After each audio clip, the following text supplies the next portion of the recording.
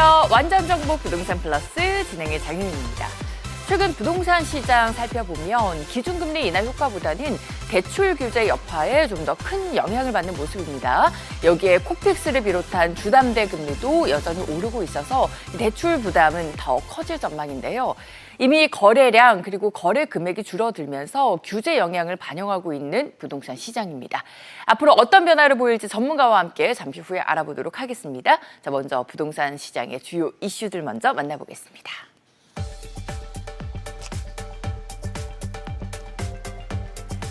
9월 서울의 1순위 평균 청약 경쟁률은 396.8대 1로 역대 최고 기록을 썼습니다. 강남권 내 우수한 입지를 갖춘 브랜드 단지들이 청약에 나선 데다가 분양가 상한제 적용으로 주변 시세 대비 저렴해서 시세 차익 실현을 기대한 수요자들이 몰린 영향인 것으로 분석됩니다. 3년여 만에 기준금리 인하 흐름에 상업용 부동산에 대한 관심도 높아지고 있습니다. 금리가 내려가면 임대 수익률이 올라가 투자 수요가 유입될 수 있기 때문인데요. 최근 정부의 규제 완화도 긍정적으로 작용해서 시장에 온기가 돌 수 있다는 기대도 커지고 있는 상황입니다. 고금리 부담을 덜어주겠다며 지난주 한국은행이 기준금리를 내렸지만 일부 은행들은 오히려 금리를 올렸습니다. 대출 억제 차원에서 계속해서 금리를 올리고 있는 건데요. 이자를 적게 낼 것으로 예상했던 효과를 당분간 기대하기 어렵게 됐습니다. 황인표 기자입니다. 오늘부터 SC제일은행은 상품 종류에 따라 최대 0.25%포인트, KB국민은행은 주담대 금리를 최대 0.16%포인트 올렸습니다. 지난주 한은금융통화위원회가 기준금리를 0.25%포인트 내렸지만 시중금리는 오히려 오른 겁니다. 가상금리 그거는 조정할 가능성은 당분간은 제가 알기로는 없어요. 4대 은행의 주담대 금리는 7월 최저 2.8%에서 현재는 3.9%로 1.1%포인트 올라 역주행하고 있다는 말까지 나옵니다. 금융당국 권고로 가계대출 억제 차원에서 은행들이 계속해서 금리를 올리는 건데 이창용 한은총재도 잘못된 부분이 있다고 인정했습니다. 정부와 한국은행의 뒤틀린 정책 조합이 결국에는 이번 기준금리 인하를 효과 면에서는 무력화시켜버렸다. 저는 이렇게 생각됩니다. 말씀하신 여러 요인을 저희가 부정하기 어렵습니다. 가계부채가 올라가는 시점을 예측하지 못한 거에 대해서는 사후적으로 볼 때는 올바른 지적이라고 생각합니다. 한은이 금리 인하 시기를 놓쳤다는 이른바 실기론이 커지는 배경입니다. 많은 분들이 기대하시는 것보다는 정책금리 인하가 소비나 투자에 미치는 효과가 크지 않을 가능성이 있는 것으로 보입니다. 기준금리 인하 폭인 0.25%포인트만큼 대출금리가 떨어질 경우 가계대출 이자는 연간 3조 원, 1인당 15만 원 떨어질 것이란 통계가 있습니다.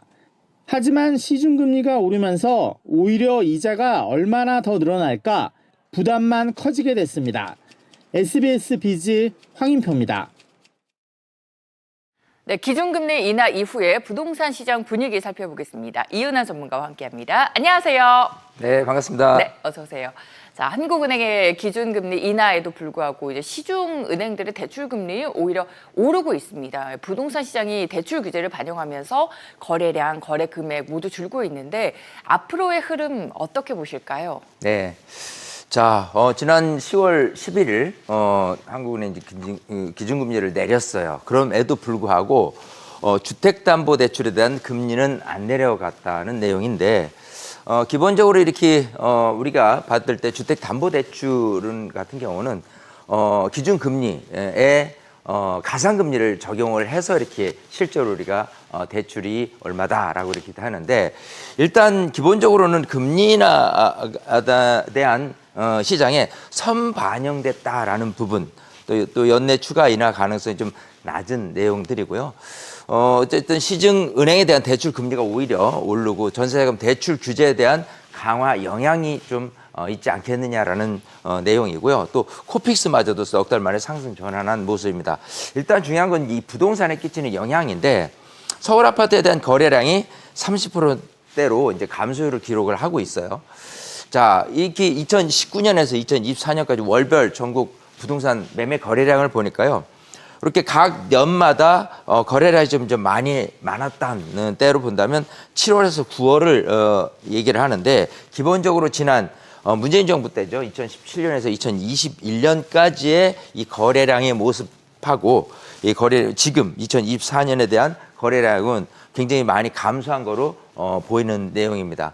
기본적으로 이렇게 예금은행에 대한 주택담보대 금리나 기준금리가 이런 식으로 지금 약간 떨어졌다 손치더라도 어쨌든 당분간은 금리 인하라는 부분이 예견돼 있기는 하지만 금리 인하가 대폭적으로 낮춰져야 우리가 좀 이용하는 주택담보대출 금리가 많이 낮아질 가능성이 좀 높아졌기 때문에 부동산 시장에 끼치는 영향력 같은 경우는 금리가 이제 떨어지게 된다면 부동산 가격이 오르지 않겠느냐 생각을 하는데 그렇지 않다. 거기다 선제적으로 전세 자금 대출에 대한 규제를 좀 강화를 했기 때문에 당분간 부동산에 대한 거래량은 오르질 않고 이렇게 좀 감소하는 부분 또 가격도 오르지 않는 부분으로 좀 예측을 할 수 있지 않겠느냐 생각을 해봅니다.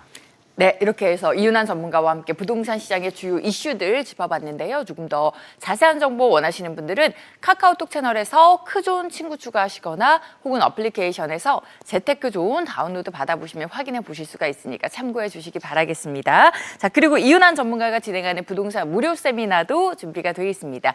일정은 참고해 주시기 바랍니다.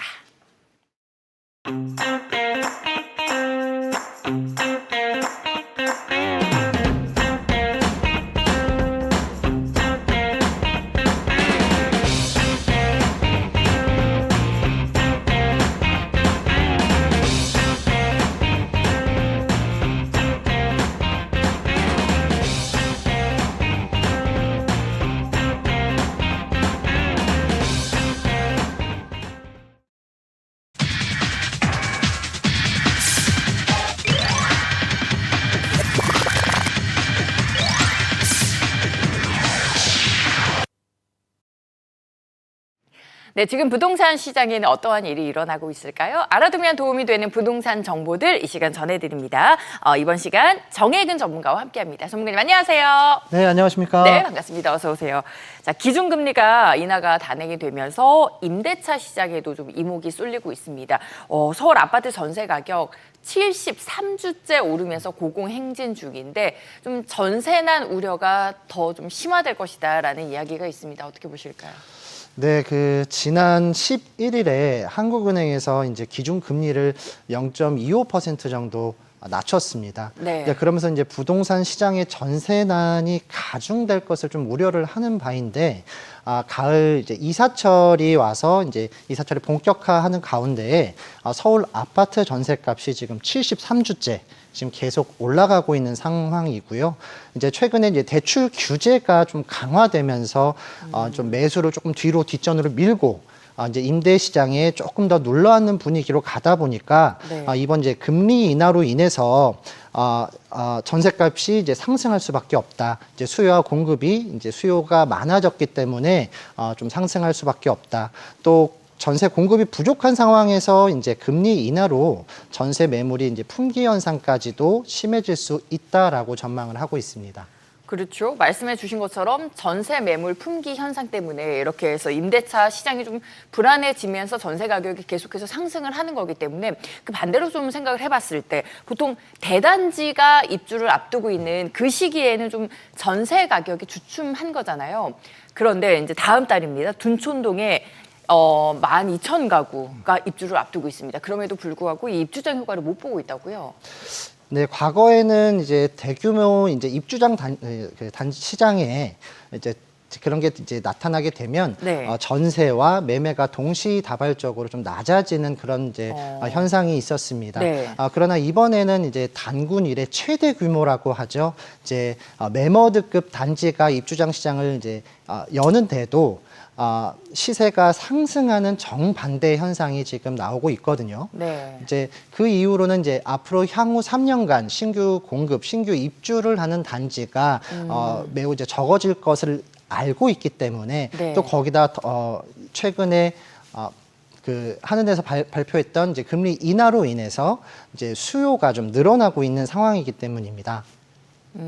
네. 그러니까 지금 당장 앞두고 있는 좀 입주 물량이 있기는 하지만 장기적으로 봤을 때는 확실히 입주 물량이 좀 부족하기 때문에 지금 계속해서 오르고 있다. 그러면서 이제 전세 가격이 계속해서 오르면서 전세 매물도 좀 풍기 현상을 일으키고 있고, 그리고 최근에 전세 대출 규제까지 강화가 되면서 이 전세 수요가 좀 월세 수요로 옮겨가고 있는 모습입니다. 좀 그러면서 월세 가격 역시 좀 거침없이 오르고 있다. 그러면서 이제 임대차 시장이 계속해서 좀 불안해질 거다, 이렇게 이야기가 나오고 있습니다. 이 부분도 좀 짚어주실까요?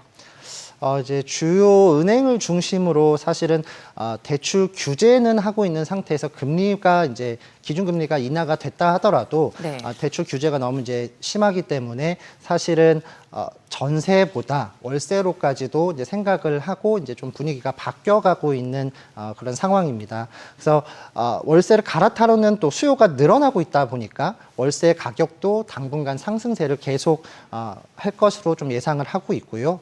또 대출 한도가 좀 줄어든 이제 전세 수요가 이제 월세로 갈아타려는 움직임들을 확인을 하면서 높아진 월세가 다시 전세 가격을 또 올리는 이제 그런 상황으로 또 움직이지 않을까. 네. 그런 이제 불안한 상황이 이어질 것으로 예상을 하고 있습니다. 네, 전세 가격이 이제 너무 오르다 보니까 수요가 월세로 갔는데, 이 월세가 또 오르다 보니까 결국에 전세 가격 상승을 결국에 견인을 하게 될 것이다.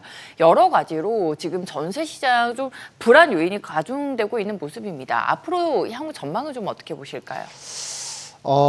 서울에서는 이제 올림픽 포레온 이후에 당분간 입주할 아파트 물량이 전혀 이제 거의 없다라고 생각을 하시면 됩니다. 네. 그래서 전세값이 좀 떨어질 이제 가능성은 크지 않다라고 보고 있는데, 월세도 마찬가지로 이제 가파르게 상승을 하고 있다 보니까 네. 임대차 시장의 좀 불안감이 계속해서 이어질 것으로 이제 예상을 하고 있고, 또 금융 당국이 대출 규제를 강화하면서 네. 이제 매수를 고려하던 이제 무주택자들, 이 무주택자들이 다시 임대차 시장으로 이제 좀 머물러 있어야 되는 그런 분위기로 이제 가고 있습니다. 그러다 보니까 서울 입주 예정 물량이 이제 너무 없다 보니까 네. 내년에는 더 오를 것으로 보이고, 또 향후 한 3년 정도는 이제 신규 입주하는 단지가 없다 보니 계속 좀 상승세가 이어질 것으로 예상을 하고 있습니다. 네, 이렇게 해서 지금까지 고공행진 중인 전세 시장의 흐름, 그리고 앞으로의 전망까지 짚어봤습니다. 도움 말씀 주신 정혜근 전문가와도 여기서 인사드리겠습니다. 고맙습니다. 고맙습니다.